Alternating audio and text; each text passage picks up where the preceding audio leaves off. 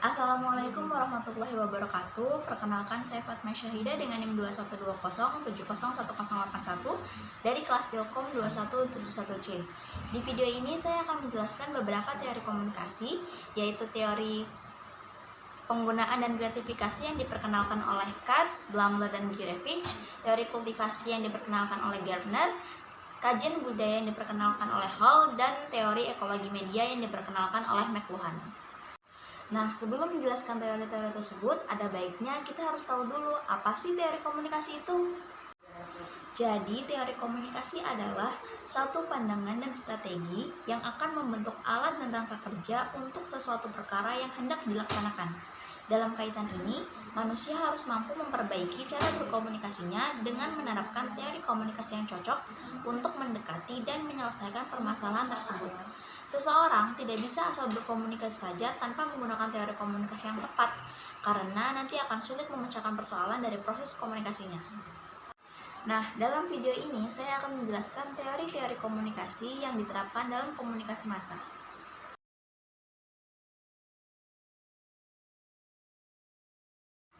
Teori penggunaan dan gratifikasi atau use and gratification theory disebut-sebut sebagai salah satu teori paling populer dalam studi komunikasi massa. Teori ini dikemukakan oleh Elihu Katz, J.G. Blumler, dan Michael Gurevich.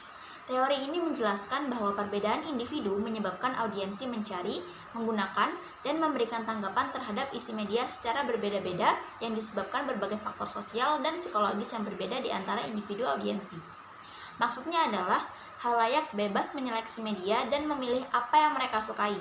Karena mood seseorang akan sangat mempengaruhi saat ia memilih media yang akan digunakan untuk memenuhi kebutuhannya.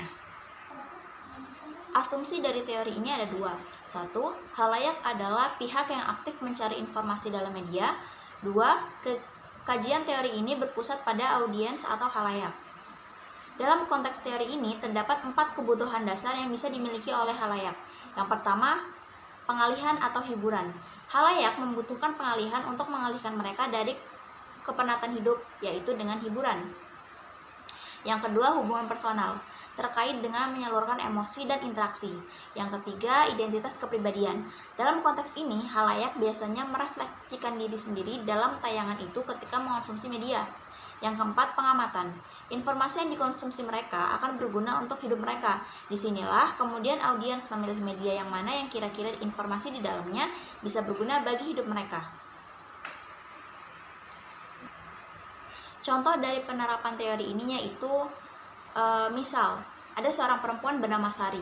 Ia sedang putus cinta. Di saat dia mendengarkan musik, dia lebih memilih lagu yang sedih daripada yang ceria, dikarenakan suasana hatinya yang sedang sedih.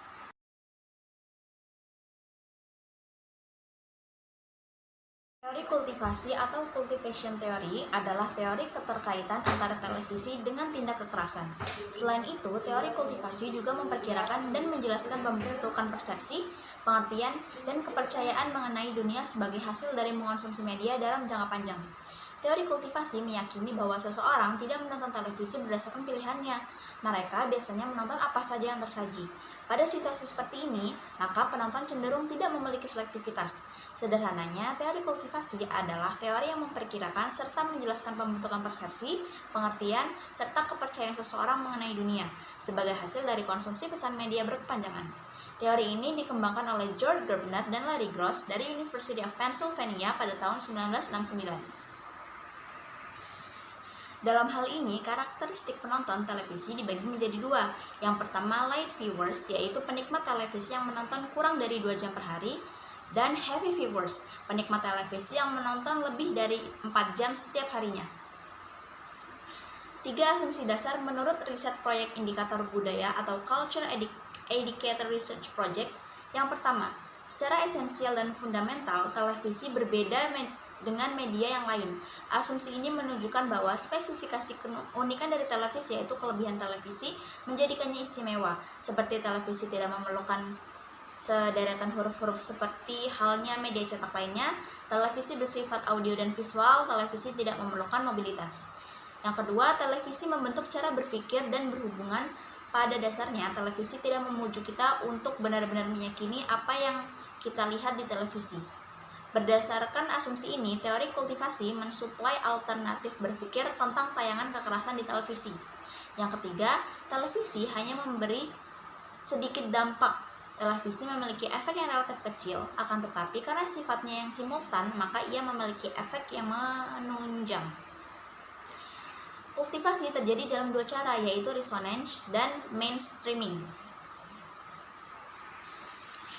Resonance adalah penonton menyaksikan berbagai hal dalam televisi yang hampir sama dengan realitas kehidupan mereka sehari-harinya.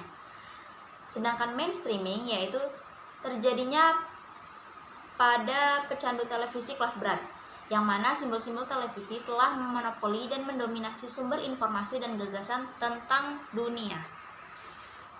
Contoh dari teori ini misalnya ada seorang anak yang sedang menonton televisi dengan orang tuanya. Otomatis yang memegang kendali pada televisi tersebut adalah orang tuanya.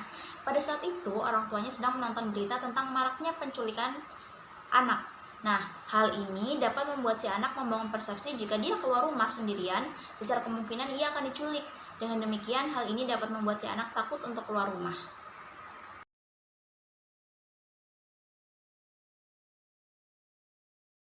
Kajian budaya merupakan tinjauan teoritis yang berfokus pada bagaimana kebudayaan itu dipengaruhi oleh kelompok yang berkuasa serta dominan. Teori ini lahir di tengah semangat neo-Marxisme yang berupaya untuk meredefinisikan Marxisme sebagai perlawanan terhadap dominasi dan hegemoni budaya tertentu. Kajian budaya ini berakar dari gagasan Karl Marx yang mempunyai pandangan bahwa kapitalisme telah menciptakan kelompok elit kuasa untuk melakukan eksploitasi terhadap kelompok yang tidak berkuasa atau lemah. Stuart Hall berpendapat bahwa suatu budaya pasti memiliki dan menyimpan ideologi yang lebih berkuasa, sehingga teori ini menempatkan komunikasi massa harus memahami konteks kultur yang ada, bukan hanya mencari tahu tentang sesuatu. Teori ini sebenarnya mengkaji berbagai kebudayaan dan praktek budaya serta kaitannya dengan kekuasaan. Tujuannya adalah mengungkapkan hubungan kekuasaan serta mengkaji bagaimana hubungan tersebut mempengaruhi berbagai bentuk kebudayaan atau sosial politik, yaitu sosial politik, ekonomi, ilmu pengetahuan, hukum, dan lain-lain. Hegemoni adalah konsep yang mewakili pengaruh, kekuasaan, atau dominasi kelompok sosial tertentu atas kelompok sosial lainnya. Hegemoni budaya berarti kontrol sebuah kelompok atas kelompok lainnya melalui budaya. Teori ini dapat diterapkan dalam lingkup komunikasi massa, di mana media massa memiliki pengaruh besar untuk mempengaruhi khalayak. Media juga membentuk makna dalam budaya, serta dapat membentuk ideologi. Teori hal ini mengingatkan bahwa akan sia-sia jika kita berbicara tentang meaning atau makna, tanpa peduli pada keberadaan power. Contoh kasus dari teori ini adalah dengan banyaknya tayangan-tayangan yang sedikit tidak bermutu, seperti sinetron-sinetron yang menayangkan sisi kemewahan. Dari situlah aktor atau pemain menggunakan pakaian modis, perhiasan mewah, mobil mahal, dan tindakan yang tidak sesuai. Secara tidak langsung, tayangan-tayangan itu lebih merubah pemikiran seseorang dan memancing seseorang untuk bertindak sesuai yang dia tonton. Penonton cenderung ingin meniru gaya mewah yang ditonjolkan. Dari sinilah acara atau tayangan itu akan merubah seseorang menjadi lebih konsumtif.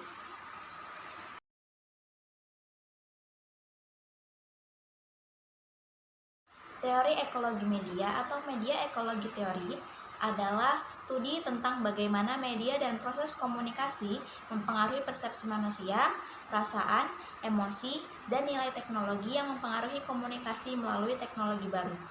Konsep dasar teori ini pertama kali dikemukakan oleh Marshall McLuhan. Dalam perspektif teori ini, bukan pesan yang mempengaruhi kesadaran kita, tetapi medium.